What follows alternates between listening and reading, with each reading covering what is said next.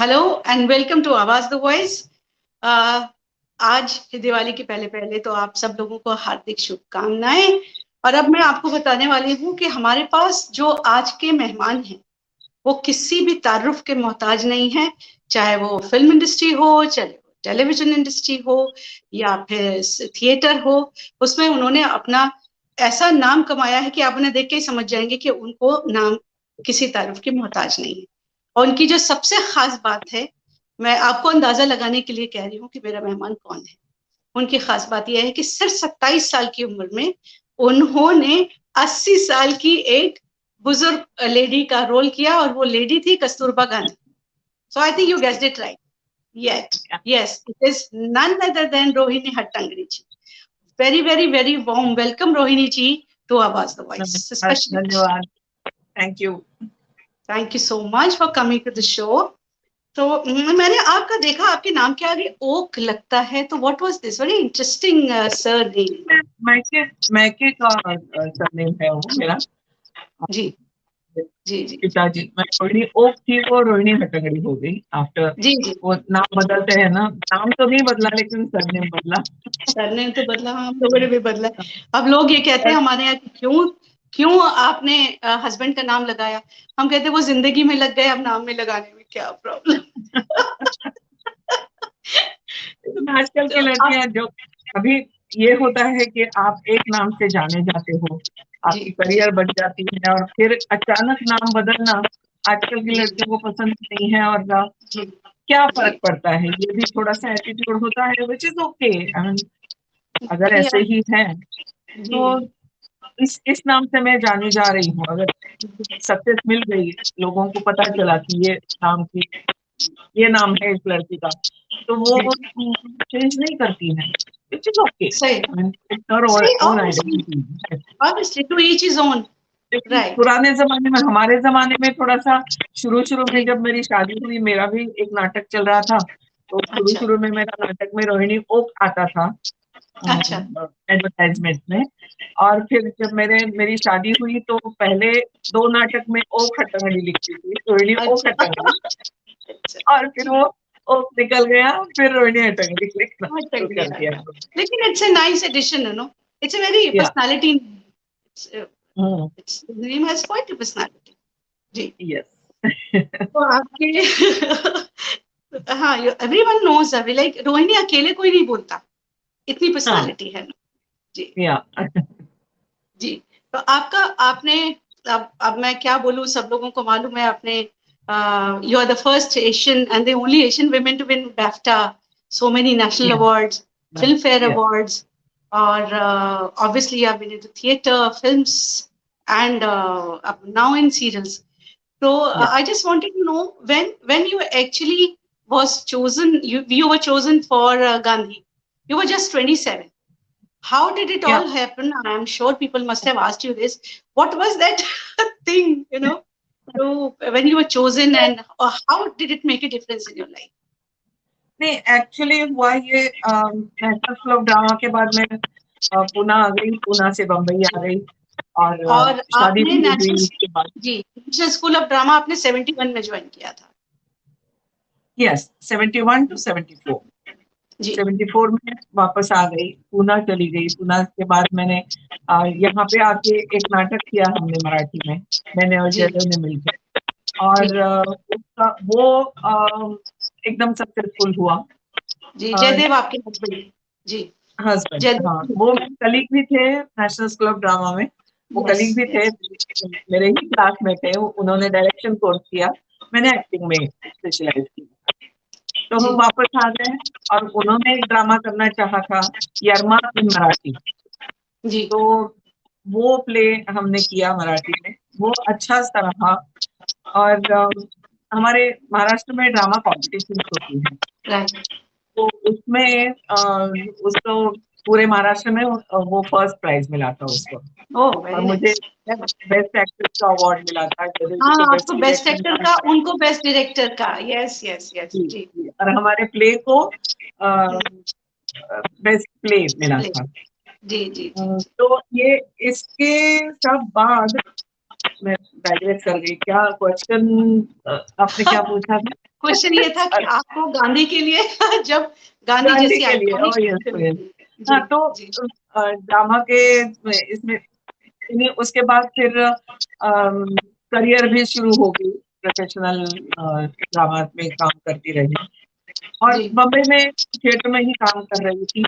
और डॉली ठाकुर जो डॉली, हमारी लाइजन ऑफिसर जैसे थी, she was link between Richard and बाकी सब लोग, यानी ओके रिचर्ड को एक एक बुला बुला के मिलवाती थी और एक सजेस्ट भी करती थी, तो she was a kind of, तो उनका एक दिन मुझे यानी मैं तो टूर पे थी, तो जी उनका मैसेज आया। तब हमारे पास टेलीफोन नहीं था, उन्होंने कैसे कांटेक्ट किया पता नहीं, टेलीग्राम से किया जी कांटेक्ट। और जी उन्होंने कहा था कि ऐसे ऐसे रिचर्ड आ रहे हैं मुंबई, तो आप आके you meet him for role of Ba. तो मुझे एक्चुअली पता ही नहीं था कि ये ऐसी कुछ फिल्म बन रही है क्या, but Jaidev was well inform. तो ओके जयदेव जी ने बताया कि रोहिणी ऐसे ऐसे फिल्म है और डॉली जी ने बुलाया है। ओके, डॉली तो आई मीन थिएटर की वजह से हमको मालूम थी जी। डॉली, और आप तो हम यंग, एक दूसरे को जानते थे। जी, और आप जस्ट यंग 26 27, आपको कोई फर्क भी या नहीं पड़ता था कि क्या रोल है। क्या मैंने कहा जी चलो ठीक है। और फिर मैंने कहा रिचर्ड अटनबरा, तो फिर जयदेव जी ने बताया अरे ग्रेट एस्केप में काम किया है उन्होंने, वही कर रहे हैं। इतनी मैं वो थी, but Jaidev was well inform. तो हम चले गए, डॉली ने बुलाया था, तो उन्होंने कहा था साड़ी पहन के आ जाना, अपना एक फोटोग्राफ ले आना। और मेरे पास फोटोग्राफ नहीं था तो मैं शादी का एक फोटोग्राफ उठा के लेके गई थी। इंटरेस्टिंग इंटरेस्टिंग इंटरेस्टिंग तो जी तो ये सारी बातें हुई, हम रिचर्ड से मिले। जी वो दिल्ली जाने के लिए, आई मीन दिल्ली से बम्बई आए थे लंदन जाने के लिए, बॉम्बे से फ्लाइट वो लेने वाले थे। तो बीच में अच्छा कुछ घंटे वो बम्बई में थे, तो 7:30 बजे उनकी फ्लाइट लैंड हुई, हम वहीं थे। तो हमने बात की, हमारे साथ और भी 2 लोग थे, तो हम सारे ही नेशनल क्लब ड्रामा के थे। तो ऐसी ही बातें हुई, हमने जाके चाय वाय पी उनके कमरे में जाकर, हम निकल आए। निकल आने के बाद फिर डॉली जी का फिर फोन आया कि रोहिणी तुम्हें स्क्रीन टेस्ट के लिए सिलेक्ट किया है। मैंने अच्छा कहा स्क्रीन टेस्ट के लिए जाना, मेरे पास उस वक्त पासपोर्ट भी नहीं था। ओके मैंने कहा इंटरेस्टिंग डॉली मेरे पास पासपोर्ट नहीं है, मैं कैसे जा सकती हूँ, पासपोर्ट नहीं है, हम कुछ करेंगे। एंड डॉली बिंग डॉली, वो स्ट्रेट मुझे पासपोर्ट ऑफिस में डायरेक्टर के पास लेके गई क्या कि ये बात ऐसे ऐसे हैं, इनको आप पासपोर्ट दे दीजिए। है ऐसे करके उन्होंने, तो मुझे 6 महीने की पहले पासपोर्ट मिली, ओह टेम्पररी वेरी पासपोर्ट नाइस, बिल्कुल भी। दैट वाज डेस्टिन्ड मतलब फॉर यू 6 महीने का जी नहीं था। या और जी फिर वो डॉली ने ही सब कुछ अरेंज किया था। और I am really so indebted to Dolly कि उसने इतना सारा किया है मेरे लिए। और एब्सोल्युटली फिर उसके बाद हम स्क्रीन टेस्ट के लिए मैं लंदन चली गई। ओके इंग्लैंड में सेपर्टन स्टूडियो में हमारा वो था स्क्रीन टेस्ट। और वहीं पे फिर मेरी स्क्रीन टेस्ट हुई बेन किंग्सले के साथ। उन्होंने ही जोड़ियां लगा रखी थी, 3 अच्छा कस्तूरबा और 3 गांधी, अच्छा। ऐसे। आप तो स्क्रीन टेस्ट में वाकई क्या वो हुआ था? कस्तूरबा गांधी के स्क्रीन टेस्ट में आपके साथ क्या हुआ? वो व्हाट डिड हाँ, they ask you to do? नहीं उन्होंने हमें एक एक सीन दिया था फ्रॉम द स्क्रिप्ट, जहाँ ओके पे वो कस्तूरबा लेटरिन साफ करने के लिए नाम कहती हैं, हाँ वो वो वाला कहती है सीन। मैं मुझे अच्छे से याद है, हिंदी में उसकी हाँ, डबिंग हुई थी, मैं पाखाना साफ नहीं करूंगी। नहीं आई स्टिल करूँगी। रिमेम्बर दिस जी जी जी हाँ, तो वो सीन हमें दिया गया था और हमें ओके सारी तैयारी करके जानी थी, यानी साड़ी, ब्लाउज, यानी मंगलसूत्र, पूरा गेटअप मुझे ही तैयार करना था। तो साड़ी जी वाड़ी ले ली मैंने, मेरा प्ले चल रहा था, उसमें जरा लंबा सा ऐसे ब्लाउज था, और तो वो मैंने बोरो कर लिया, मंगलसूत्र बोरो किया, बैंगल्स, क्योंकि साउथ अफ्रीका का था तो तब तो वो पहनती ही थी, साउथ अफ्रीका में ऑब्वियसली। सारा जी पहनना था। जी। और ये सब करके वो सीन तैयार करके, सीन में ज्यादा कुछ बोलना नहीं था, जी 4-5 ये डायलॉग थे। वो जेस्चर्स तो और बॉडी लैंग्वेज होगा। जी। हाँ, तो वहां जाके फिर तैयार हुई, और रिचर्ड ने एक्चुअली वो सीन सीन की तरह फिल्माया ओ इंटरेस्टिंग। मेरे, ओके। या बेन और मैं, हम दोनों थे, और जी हमसे वो सीन करवाया और वो फिल्म किया, इंटरेस्टिंग। और बाकायदा with all the instructions, with all close up and mid close and combined shots, whatever shots are seen, जैसा सीन उन्होंने फिल्म किया वो। ओके। और एक दिन छोड़ के वो इमीडिएटली वो सीन एडिट करके देखने वाले थे, oh my God. Okay okay okay. Immediately, क्योंकि स्टूडियो में ही था वो, शेपर्ड तो स्टूडियो तो बहुत बड़ा है। जी तो तीसरे दिन फिर रिचर्ड ने मुझे कहा कि मैं सीन देखने वाला हूँ, तो हिम्मत करके मैंने पूछा उनसे, मैं सीन देख सकती हूँ? तो या ऑफ कोर्स, आप सीन देख सकते हो, आप आ जाओ। तो मैं चली गई थी। वो क्या सीन, क्या है, 2 या 3 मिनट का मैक्सिमम था वो सीन, लेकिन मैंने देखा, मेरी क्या, मेरे दिमाग में क्या चल रहा था, मेरी गलती हुई है नहीं हुई है, यहाँ पे ये ठीक किया मैंने, यहाँ पे ऐसा करना चाहिए था, ये सब दिमाग में चल रहा था। अच्छा। और फिर बाहर आके रिचर्ड बोलते हैं कि so how did you like your screen test? मैं क्या बताऊं कैसे, अब मैं गलती की है मैंने कहा तो भी प्रॉब्लम है, नहीं की है बोला तो भी प्रॉब्लम है। तो मैंने कहा हाँ, बट मुझे ऐसे लगा, बिकॉज क्या होता है, जो मुझे जयदेव जी ने यहाँ से बोल के भेजा था वहां पे कि रोहिणी, तुम मराठी एक्ट्रेस हो, तुम थिएटर की एक्ट्रेस हो, फिल्म तुम्हारे लिए नया मीडियम है, कैमरा तुम्हारे सामने 3 फुट पर होने वाला है, तो बी रियलिस्टिक, वो थिएटर का वहां पे मत करो, ये सब हाँ। इतना ओके। बोल बोल के मुझे वहां वो किया था। जी और फिर वो मुझे दिखाई दे रहा था कि मैंने कहा यहाँ पे जरा ज्यादा ही मैंने एक्सप्रेशन किया, नहीं इसमें काम होने चाहिए थे, ये सारा दिमाग में चल रहा था। जी वो जी। मैंने, फिर रिचर्ड ने पूछा, तब मैंने कुछ अटपटा सा कुछ बोल दिया था कि I think I did a bit too much no वगैरह, ऐसा कुछ बोला था मैंने। जी। तो व्हाट डिड यू रिचर्ड ने, से? या व्हाट तो डिड यू? फिर थोड़ा सा, जो जयदेव जी ने मुझे लेक्चर दिया था ना आने से पहले, वही अलग शब्दों में रिचर्ड ने मुझे कहा कि देखो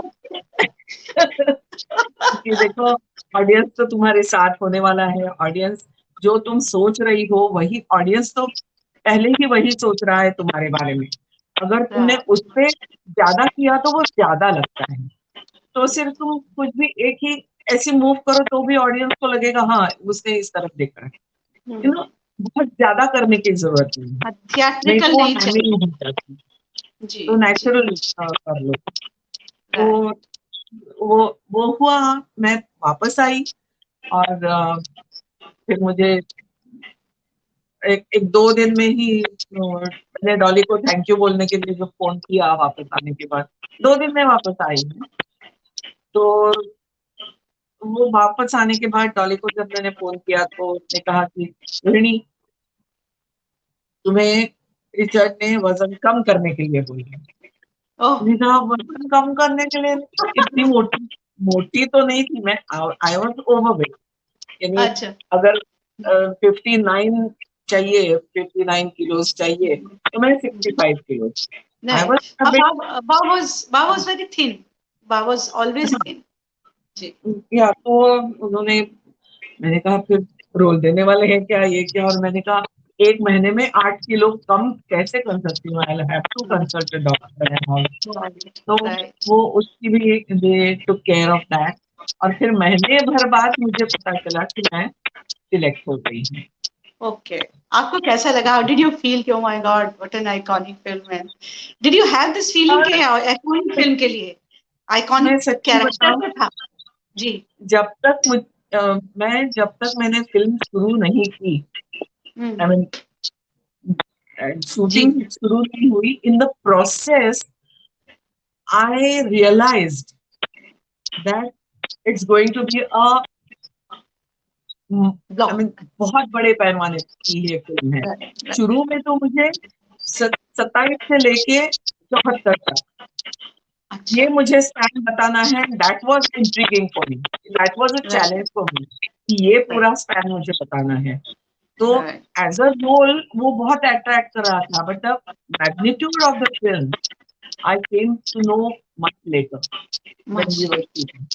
मच लेटर इंटरेस्टिंग। कि अरे बाप रे, इंटरेस्टिंग। इतनी मैग्नीट्यूड की ये फिल्म होने वाली है। नो, जी। Otherwise it was a film for me. Right. मैं वेरी। कुछ फॉरेन लोगों के साथ मैं कर रही हूँ काम, बस इतना ही। And But you are one that young, magnitude, I realized, और एज ए यंग पर्सन तो आप उसे एज ए फिल्म ही लेंगी, उसे एज ए थॉट yes, या आइडियोलॉजी या वो तो नहीं ले सकती थी। Very interesting. तो फिर उसको बा को करने के बाद आप एक आइकॉनिक फिगर बन गई, और फिर जब आप जी, वापस आई तो you did all kinds of art films also. yeah, yeah. तो ये बताइए, was it a kind of setback for you कि बा का रोल में वो एक एक महान आदमी इतना महान हो गया कि उसको नॉर्मल रोल्स में ही लोगों को डर लगने लगा कि यार इनको कैसे नॉर्मल रोल्स करवाएं? You were so young, you could still run around the trees and all, and do all Yeah. that stuff, your heroism. So was it a kind of I didn't run setback? around. I didn't, But because you I would was have customer. you would have looked very good with the dimple and all. Thank So you. so लेकिन was it? जी, क्या industry नहीं ने उसके typecast बाद किया फिर? नहीं उसके जी। बाद हुआ ये कि उस जमाने में I don't know, but there was very very little opportunity in okay. Hollywood, right. For Indian. I mean उसके राइट। बाद जब ग्लोबल ये हुआ तो थोड़ी सी अपॉर्चुनिटीज अभी बढ़ गई हैं। जी। उस जी। वक्त मेरे ख्याल में उसके बाद मुझे एक film James Ivory and fine merchant yes. वाली यस। यानी उन्होंने मुझे अप्रोच किया था हीट एंड डस्ट के लिए। और जब राइट। मैं उनके पास जेम्स आइवरी को मैं मिली थी, तो उन्होंने पूछा था, so who did the older role. अच्छा, यू वर जस्ट 27 उनको। हाँ, मैं ऐसे ही मिलने गई उनको, और who did the older role, मैंने कहा I did I. The older and younger both. Oh, you use makeup? Yes, I use makeup. Of तो उन्होंने कोर्स। कहा, oh I am so sorry, मुझे मेकअप यूज नहीं करना है, मुझे नहीं करना। Actually 55 years old। मैंने राइट। कहा वो तो मैं नहीं हूँ, वो नहीं कर सकती हूँ मैं। लेकिन फिर वो फिर वो मौका मेरा निकल गया। Then right. I was busy here in Hindi films.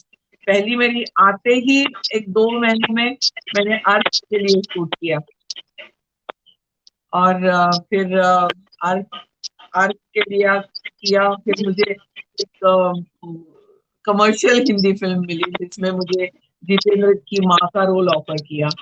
अच्छा। तो तो मैंने कहा चलो ठीक है, अभी तो ये करती हूँ, लेकिन लोगों को जब पता चलेगा कि मैं यंग हूँ तो मुझे दूसरे रोल दे देंगे, जो हुआ नहीं। I was very naive to think about it.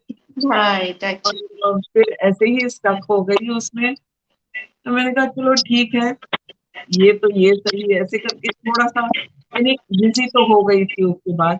But side by side I was doing my theatre, I was doing my theatre. Television.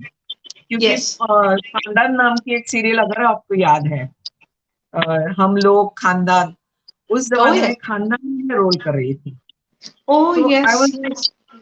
या, तो आई हाँ। Was doing television, I was doing theatre, and I was doing films. So इतना मुझे मे भी अखरा नहीं था कि अरे, वो तो अखरता था कि अरे मैं माँ का रोल कर रही हूँ, और मुझसे बड़े मेरे बेटे हैं, 10-10 साल बड़े हैं सारे मेरे बेटे, असल में देखा जाए तो। क्योंकि राइट फ्रॉम धर्मेंद्र, जितेंद्र, अमिताभ बच्चन, विनोद खन्ना, ये सब मेरे बच्चे थे। वो इतने बड़े मुझसे। छोटी छोटी। लेकिन वो ऐसे हुआ कि थिएटर भी कर रही थी, तो वहां पे मेरी, जो हम बोलते हैं ना कि एक प्यास होती है, वो वहां मेरा वो चल रहा था थिएटर में टेलीविजन। मैं यानी टेलीविजन में जब खानदान का रोल देखा लोगों ने, तो अच्छा आप इतनी यंग है, हमें पता ही नहीं था आप इतनी यंग है, ऐसा भी लोगों ने कहा। सो वो ठीक था, मैंने कहा चलो ठीक है। फिर अल्टीमेटली ये हुआ कि young to old, young to old यानी क्या, 4 सीन फ्लैशबैक के, जब बच्चे छोटे थे ओके ओके। सीन्स डालने लगे।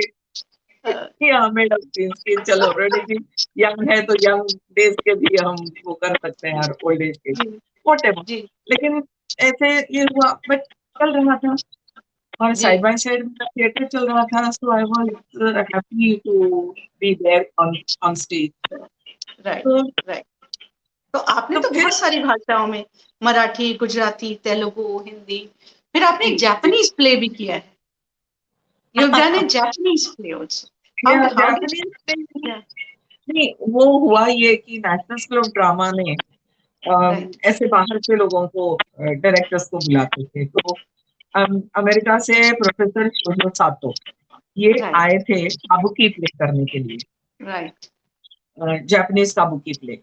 और तब वो प्ले हमने बिल्कुल काबुकी की तरह, जापानीज यानी कॉस्ट्यूम जापानीज थे, हमारा स्टेज जापानीज था, वो ऑडियंस में जाता हुआ एक हानामिची नाम का एक वो होता था रास्ता, एंट्रेंस के लिए होता था, वो था, हाँ, वो बिल्ड किया था।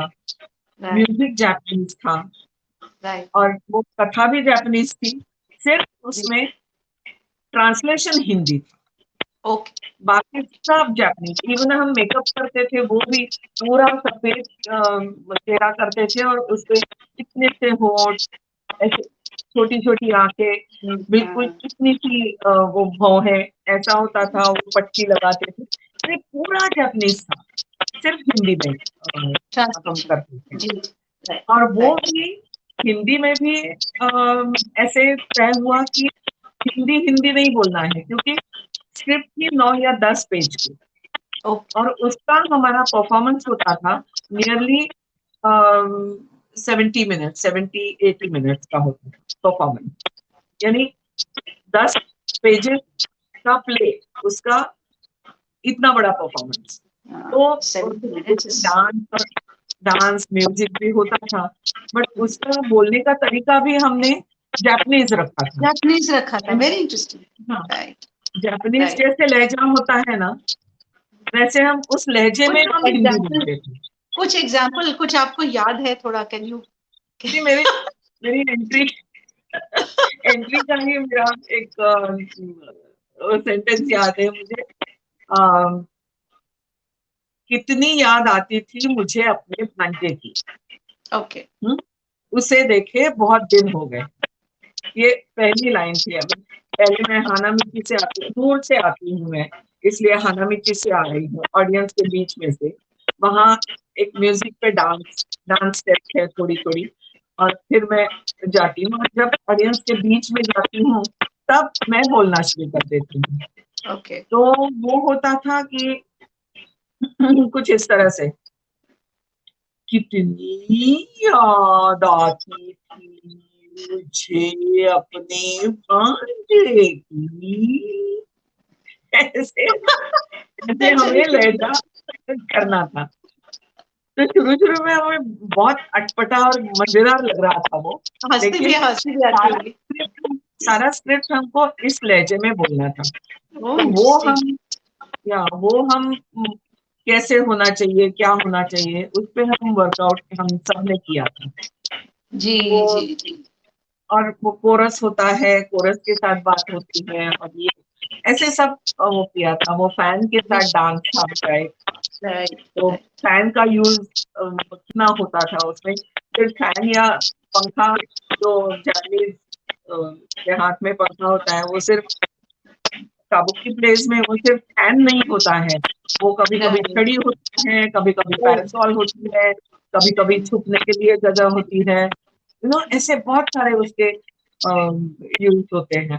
तो वो अच्छा भी एक्सपीरियंस राइड रहा बहुत बहुत जी, अच्छा बड़ा है, अच्छा जी जी। बहुत आई अच्छा। Think one of its kind, it was never repeated if I am not wrong. No, it was not repeated. Never repeated जी। So आपको अभी now because you have worked in so many media, so what actually you find the difference between how the Hollywood makes a film, how our film industry makes a film? मुझे बॉलीवुड कहना अच्छा नहीं लगता ना, why the analogy, the Hindi film industry makes a film, and how the Hindi serials film, and theatre to पता नहीं कौन ही है ना, Tollywood Mollywood, I doesn't make sense.